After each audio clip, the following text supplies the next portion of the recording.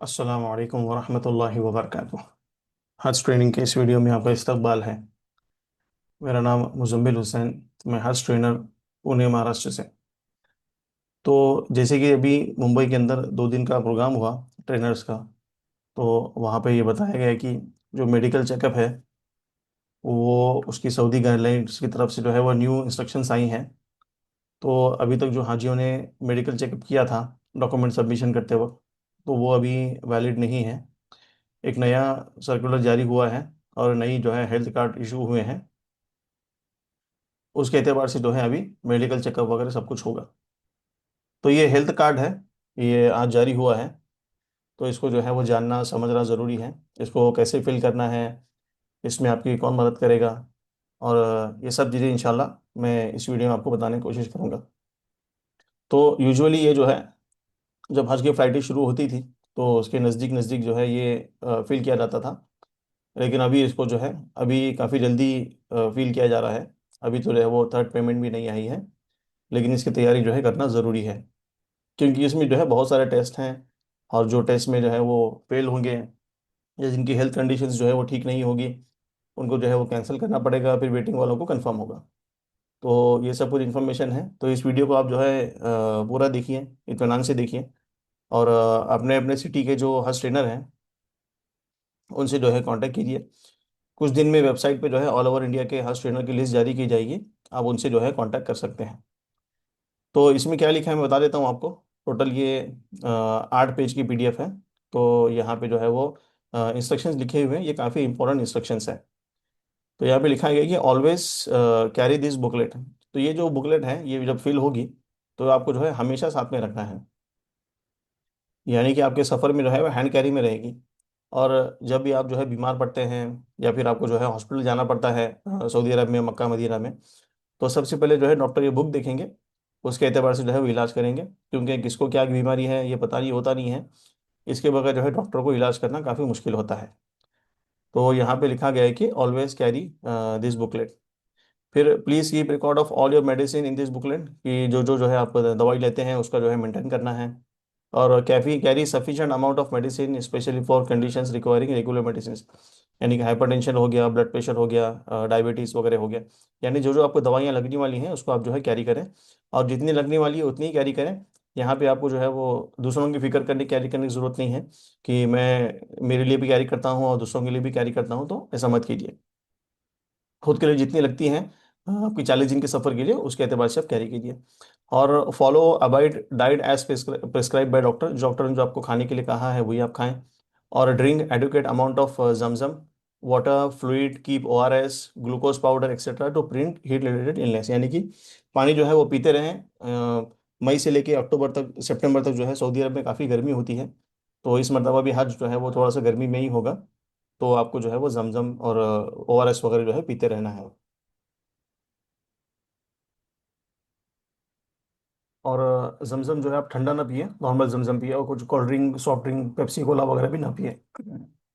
और यहाँ पे कहीं avoid undue prolong exposure to direct sunlight, ज़्यादा जो है धूप में ना रहें। और take enough rest sleep to avoid excessive physical एग्जॉस्टेशन।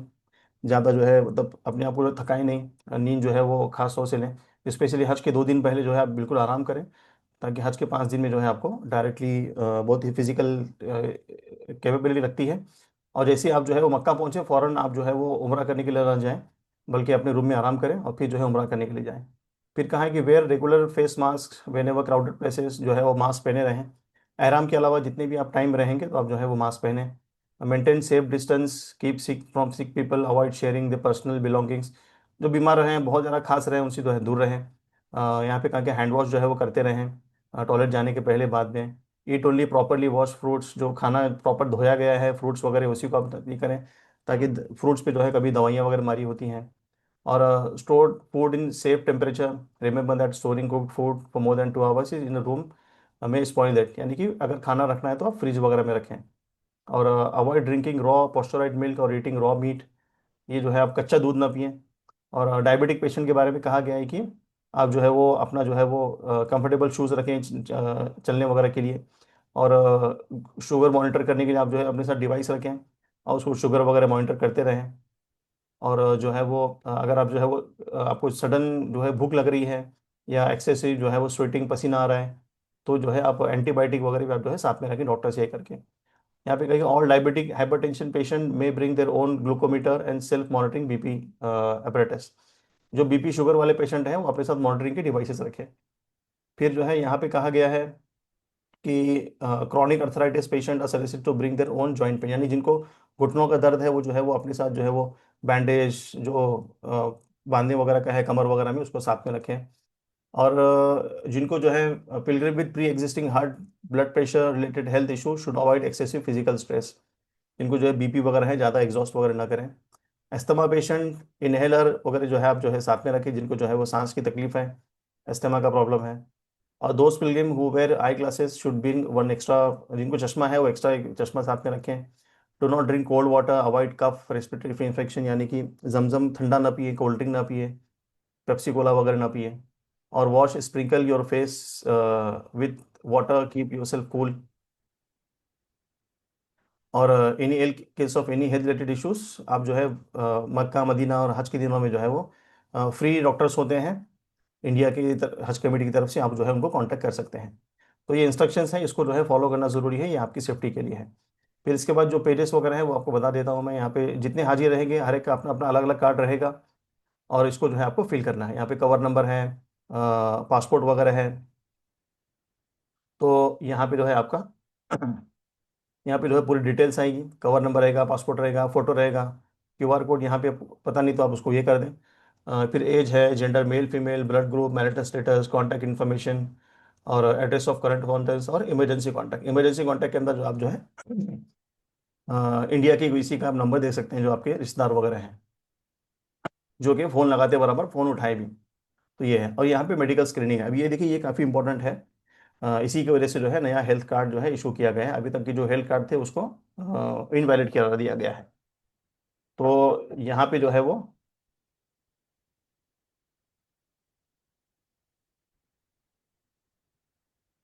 तो अभी यहाँ पे जो है वो काफ़ी इंपॉर्टेंट सेक्शन है। तो यहाँ पे जो है वो करंट मेडिकेशन के बारे में कहा गया है। अगर आप एग्जिस्टिंग कोई दवाई वगैरह ले रहे हैं तो जो सब जो है यहाँ पे आप जो है मेंशन करें। फिर नर्वस सिस्टम का आपको प्रॉब्लम है कि history of loss of consciousness, seizures, यानी कि अचानक से जो है कोई चीज़ भूल जाते हैं, यानी रास्ता चल रहे हैं और फिर जब वापस जाने का टाइम आया तो आपको पता ही नहीं चला कि आपको वापस कहाँ जाना है। तो ऐसी जो है कोई नर्वस सिस्टम की प्रॉब्लम है तो वो जो है यहाँ पे मेंशन होगी। फिर इसके बाद नीचे जो है वो हिस्ट्री ऑफ स्ट्रोक या फिर पैरालिसिस वगैरह अटैक आया है, ये जो है यहाँ पे जो है वो स्पेसिफाई किया जाएगा। फिर इसके बाद है कार्डियोवास्कुलर सिस्टम, यानी कि आपका जो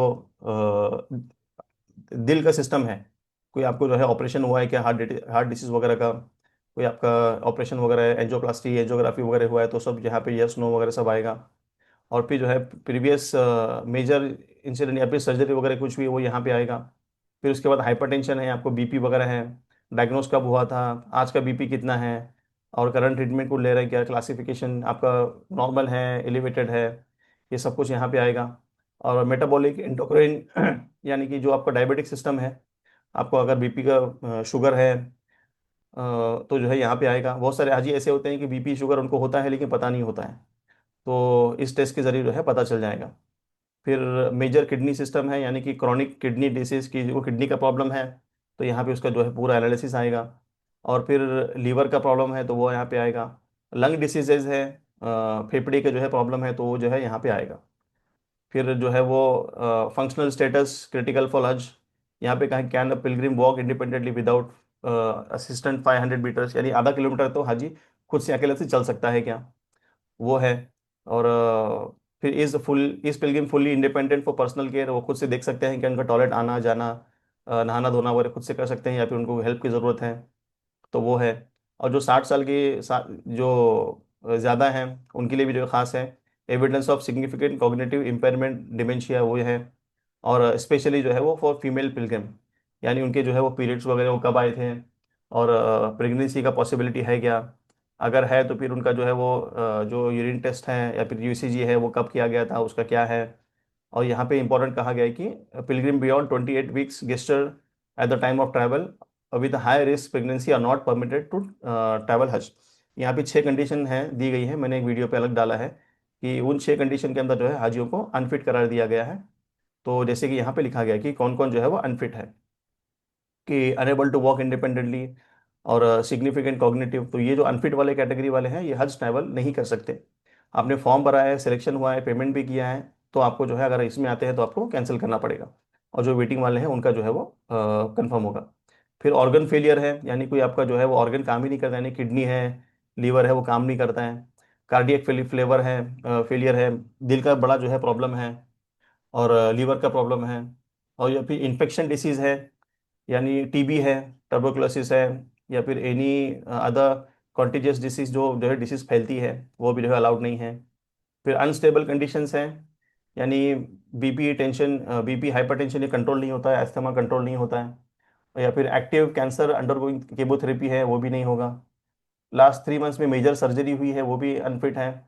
और unstable psychiatric illness of risk of behavioural imbalance disturbance, यानी दिमागी तौर से परेशान है, अनस्टेबल रहते हैं, कब क्या करते हैं पता नहीं रहता है।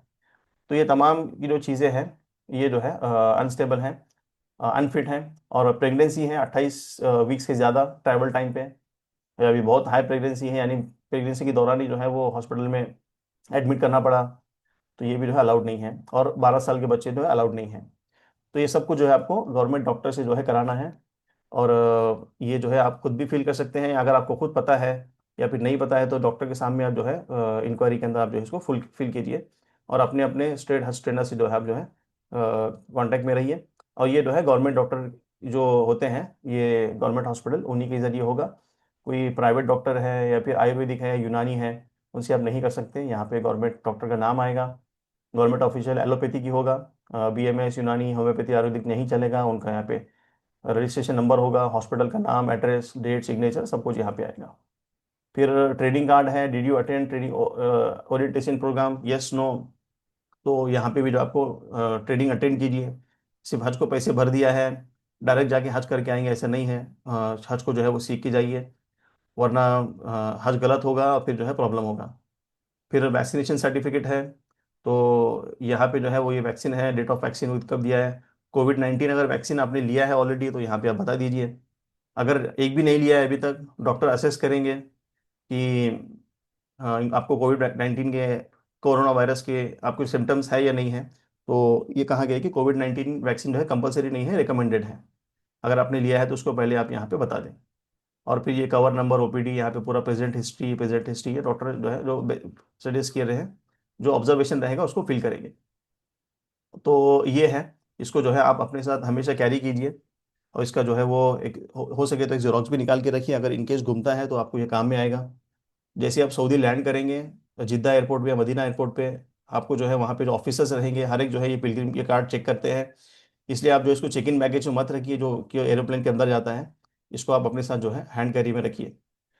और यहाँ पे और एक प्रेजेंटेशन है, जैसे कि 2025 के अंदर जो है वो इतनी बीमारियां जो है वो पाई गई कि 72% जो है वो रेस्पिरेटरी इलनेस था, यानी कि लंग्स का और फेफड़ों का प्रॉब्लम था।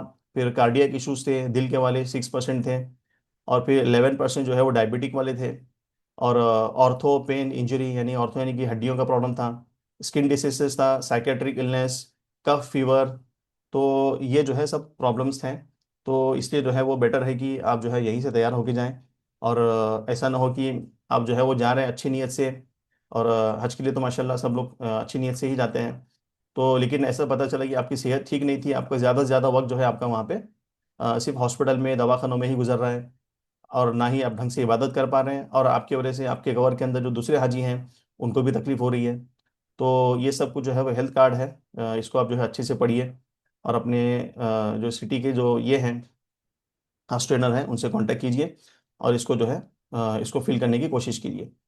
तो उम्मीद करता हूँ कि आपको जो है वो इस वीडियो से फ़ायदा होगा।